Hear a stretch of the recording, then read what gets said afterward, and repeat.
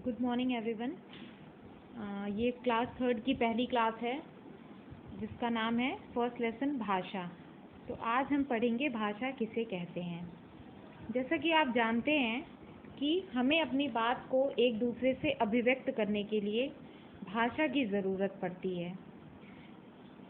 जैसा कि एक उदाहरण है आपके सामने कि अगर हम किसी के घर जाने वाले हैं और हमें उसके घर का रास्ता नहीं पता है, फिर हमें उसके घर के रास्ते को पता करने के लिए या तो हमारे पास मोबाइल नंबर है तो हम उस पर फ़ोन करेंगे और फ़ोन करके उससे पूछेंगे, या फिर अगर हम उस क्षेत्र में जा रहे हैं और कोई व्यक्ति हमें उससे मिल रहा है तो हम उससे किसी माध्यम से पूछेंगे कि हमें इस व्यक्ति के घर के बारे में बताइए। तो वो हमें उसका एक बताएगा कि हाँ, ये हमें घर पता है और हम ये घर इस गली में है और वहाँ पर है, दाहिने साइड है, बड़ा है, छोटा है, कुछ भी, ठीक है।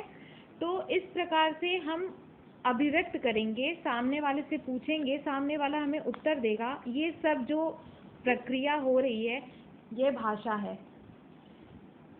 तो इस प्रकार से भाषा जो है वो एक अभिव्यक्ति का साधन है, यानी जैसा कि आप सामने देख रहे हैं, अपने मन की बात दूसरे तक पहुंचाने का ढंग और दूसरे की बात को समझने का तरीका ही भाषा कहलाता है। हम अपने मन की बात को किस तरीके से सामने वाले को कह रहे हैं और किस प्रकार से दूसरे की बात को समझ रहे हैं, यही भाषा है। भाषा के बिना हम किसी भी प्रकार की प्रक्रिया को नहीं कर पाएंगे। और जहाँ तक सवाल है या भाषा किस प्रकार से हमारे सामने आती है, तो भाषा जो है वो हमारे सामने दो रूपों में आती है। सामने है हमारे भाषा के रूप, यानी भाषा के कितने भेद होते हैं। भाषा के भेद जो हैं, अपने मन के भावों को किसी ने बोलकर, किसी ने लिखकर तथा किसी ने संकेतों के माध्यम से दूसरों तक पहुंचाया है। यानी कि हम अपने मन की बातों को या तो बोलते हैं या लिख पाते हैं, या फिर कोई और संकेत, यानी ये उन लोगों के लिए है जो कि सुन नहीं सकते या बोल नहीं सकते, तो वो संकेतों के माध्यम से अपनी बातों को सामने वाले तक पहुंचाते हैं। तो इस प्रकार से भाषा के दो रूप होते हैं। पहला है मौखिक भाषा, दूसरा है लिखित भाषा। मौखिक भाषा यानी जो हम बोल कर अपनी बातों को सामने अभिव्यक्त करते हैं, वो मौखिक भाषा है।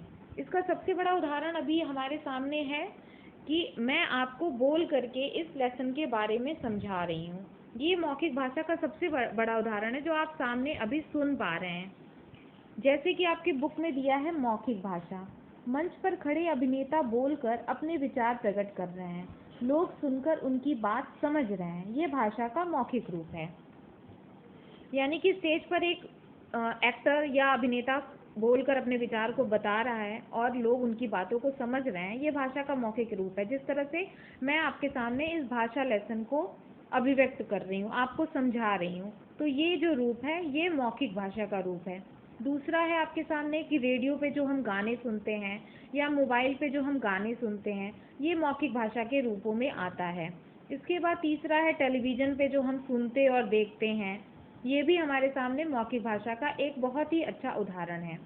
तो इस प्रकार से मौखिक भाषा जो है वो बोलकर अपनी बातों को सामने वाले को समझाना, या जो आपके सामने बोल रहा है उसकी बातों को सुनना, ये एक मौखिक भाषा का बहुत ही अच्छा उदाहरण है।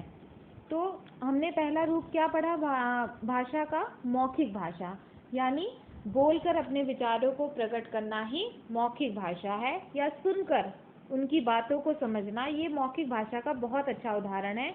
और आप इसके उदाहरण में ये भी लिख सकते हैं कि रेडियो, टेलीविज़न, मंच पर दिया हुआ भाषण, ये सब मौखिक भाषा का एक बहुत ही अच्छा उदाहरण है। अब हम दूसरे टॉपिक पे आते हैं जिसका नाम है लिखित भाषा।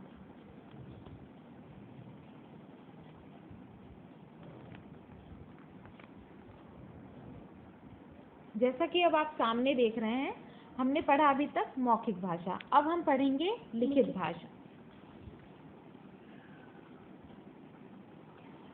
आप ये सामने जो देख रहे हैं इसमें है कि आप जो सामने देख रहे हैं ये सबसे बड़ा उदाहरण है कि ये एक लिखित भाषा का रूप है, जो कि अब आप मोबाइल में देख रहे हैं, पर ये एक लिखित भाषा का रूप है। जैसे इसमें एक चित्र दिया हुआ है जो अभी मैं आपको मोबाइल पे तो नहीं दिखा पा रही हूँ, लेकिन आप ऐसा समझिए कि सामने आपके एक चित्र है और ये मोबाइल पे जो चल रहा है ये भी लिखित भाषा का बहुत ही अच्छा उदाहरण है। जब हम लिखकर या पढ़कर दूसरे के विचार समझते या समझाते हैं तो उसे लिखित भाषा कहते हैं। यानी कि अगर आपको सामने वाले से अपनी बात कहनी है, आप बोल नहीं पा रहे हैं, तो आप लिख करके अपनी बातों को अभिव्यक्त किस प्रकार से करें, आप उसे लिखेंगे। लिख करके हम जब अपने विचारों को सामने समझाते हैं तो उसे लिखित भाषा कहते हैं। लिखित भाषा का प्रयोग हम कहाँ कहाँ करते हैं? हम समाचार पत्रों में, किताबों में, और जिस तरह से आप अभी मोबाइल में इस लिखित भाषा का रूप भी देख रहे हैं।